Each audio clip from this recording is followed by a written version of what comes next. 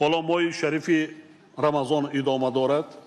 این ماه مبارک بهترین ایام انجام دادن عملهای خیر و ثواب، یعنی دست یاری و مهربانی دراز کردن به یتیمان و معیوبان، بیماران و شخصان بی‌سرابان، محتاجان و عائله های کم‌ضعف می‌باشد. با این معنی در یک حدیث پیغمبر اسلام چنین آمده است: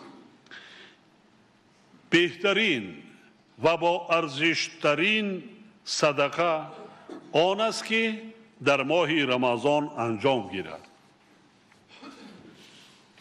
در پیام تبریکاتی خود به مناسبت آغاز ماه رمضان در اساس آیت 60 سوره توبه گفته بودم و حالا بار دیگر خاطر رسان می سازم که صدقه فطر و خیرات پیش از همه به نزدیکان، خویش تبار کمبیزاعت و محتاج، طبقه های نیازمند جامعه یعنی یتیمان و معیوبان، شخصان بی‌سرابان و عائله های کمبیزاعت از حساب زحمت حلال و با دست و قلب پاک داده می شود. کدام ما خویش تبار کمبیزاعت محتاج نداریم؟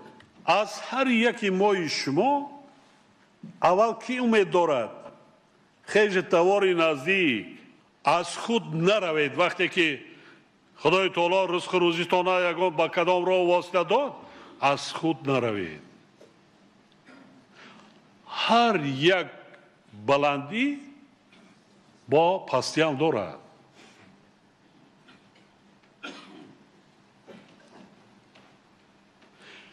ما شما هیچ گپ فراموش کرده مانده کار نیست که اکثریتان در عائله دهقان، در یکی دهات در شهر نایات تولد شدید. اول به یاد بیارید در کدام عائله تولد شدید، چی سطح زندگی داشتید، چی میراث از پدر و مادرتان ماند و چی داریم امروز. من در یکی از برآمدها چندین سال پیش گفته بودم کجا میروی حج خانه خدا، حج در پیشه، همسایه چپ و راست شکمش سیر کن، سر لباس فرزندش جای خواب دیگرش، این حج. بعد چند روز عید سعید فطر فرا میرسه. با استفاده از فرصت به مردم شریف تاجیکستان از جمله ساکنان ولایت ختلان مسئله صرفه سرشته کاری را تکرارا تاکید می سازم. آراستن دسترخوان سرخرج و پردبدبه غیر از نمایشکاری، ظاهرپرستی و اسرافکاری چیزی دیگری نیست. این خصلت‌ها در دین مبین اسلام و حدیث‌های پیغمبر محکوم و نکوهی شدند. دایر به این مسئله رسول خدا فرمودند: همان کس به من ایمان نآورده است که با شکم سر میخوابد و همسایه‌اش گرسنه است و او از گرسنگی وی خبر دارد. خبر نداریم؟ نمیدونیم همسایه‌مون چه حال احوال دارد؟ نمیدونیم؟ میدونیم؟ فراموش نباید کرد که با یک روز عید دنیا با آخر نمیرسد. پگاه زندگی کردن در کرباس. همه روز بازار میرویم.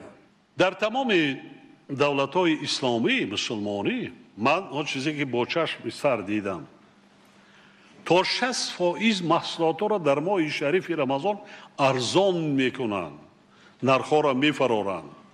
از دیگر دولت‌ها در همین ماه میروند تاجران و دیگر یا مال میخرند که از آنش دست میگیرند میارند. اما در بازار ما چیکار میکنیم؟ ما و شما باید فکر فردای زندگی و روزگار عائله خود، اندیشه تأمین فرزندان و تعلیم و تربیت درست آنها را نیز کنیم.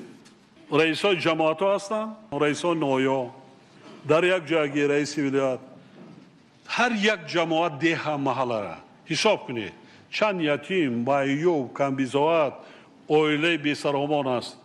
جمع شدن اون چیزی که من گفتم، فطر روزه را جمع کرده به همان عائله ها تقسیماتی درست کنید، به همان طایفه مردم رود. چقدر کاری ثواب، چقدر کاری خیر می شود. شما از اون روحتان بالیده می شود. وقتی با دست خودتون کمک میکنید بعد یک 3-4 سال میبینید که سطح زندگی همون از بودش بهتر شد، خوبتر شد. ما یتیم مانم، معیوب مانم، بی بساط مانم، بی سرابان مانم، مریض مانم. خب کم بیزا ما خودمون صاحبی کنیم. من دیروز از یک دیه گذشتم، یک دوره کار میکردم، یک راننده بود نامش اسرار، صدمه شد ففتید. در اویلش 3 تا فرزندی معیوب دارد تا حاضر هستم. اویلش موندگی کمپیری مامای دستم میبین گذشتم دروازش وی موندگی کودکاکا نزدی دروازه دا برآمده. البته شنیدم که همین روبری دولت همین که میگذرد با یادش میرسیده باشی مراقبه کرده باشد. وقتی من کردم منمون دعوت کردم میشناختم که دوری رئیس روبری یاردمشون میکردم، نگاه و بینشون میکردم، حیرات کردم، یاردم کردم. بعد نگاه کردم 2-3 متر از ماشین نفر همون اشکی همون کودکای معیوب 6 قطار ریزان شدند از خرسندی.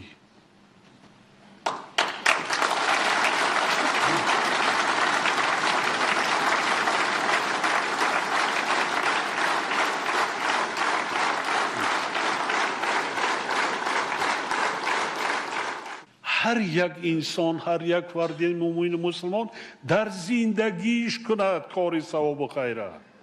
بعدی مردن یگان چی معنی ندارد. گاو میکشین، شتر میکشین، میلیون نان میتین، هیچ معنی ندارد. یگان ثواب نیست، یگان چی ندارد. در هر جایی که هستیم ما یک فردی را میتونیم از راه بد گردانیم، برای درست هدایت کنیم. خب با یک دیگر دوست باشیم، برادر باشیم، وطنمون را صدقاً دوست داریم که شکرانه کنیم. ما تاجیکا بعد 1000 ساله باز صاحب وطن شدیم، دولت شدیم. ما برابر یک ابرقدرت‌ها در سازمان‌های بین المللی امروز آبروی دولت ملت تاجیک به نهایت بلند شده است. تشبس‌های تاجیکستان نه که اعتراف کردن، احترام کرده در تمام دنیا 4 مراتب تشبس‌های ما را قبول کردن، عملی شده ایستاده است. شکرانه این دولت، این سرزمین بیشناسا کنیم، شکرانه کنیم. نیست در دنیا چنین ملک نیست. ما به قدر این زمین، این آب و هوا و این ملت تمدن ساز برسیم. در سخن نه، در عمل هم.